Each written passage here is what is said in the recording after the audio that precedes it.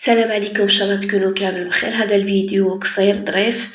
الناس اللي راهي دير الريجيم ولا الاطفال اللي عندهم نقص في الفيتامينات، هذا مشروب صحي 100% بدون سكر لكل الناس اللي حابين يديروا ريجيم ولا اللي حابين يستمتعوا باللياقة البدنية بثلث مقادير فقط، ثلث مكونات. إن شاء الله تحضروها لأولادكم، خاصة الأولاد الصغار. يعني سهل هذا المشروب وبنين وبثلث مكونات فقط.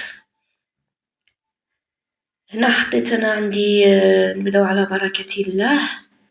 عندي 4 كاس تاع الحليب ولا كاس الحليب على حساب الاحتياجات ديالكم. هنا عندي الشوفان، هنا ماشي مرحي، كور دو سيريال، هذا شريته العلبة شريتها ب25,000. 3 تمرات، تقدروا تعوضوا التمر نص حبة نتاع البنان، وتقدروا تعوضوا الحليب بدو بو ياغورت ناتورال. هذه ترجع ليكم، تحطوا التمر، الحليب والشوفان هذوك ولا الموز وترحيوه مليح، او الياغورت ترحيوه مليح بالاشواغ ولا بالبلاندر اللي عندكم. وفي النهاية تتحصلوا على احلى مشروب صحي لفطور الصباح او العشية. بسم الله ما شاء الله على ضمانتي. ان شاء الله تحضروا هذا المشروب السحري وتدعوا لي.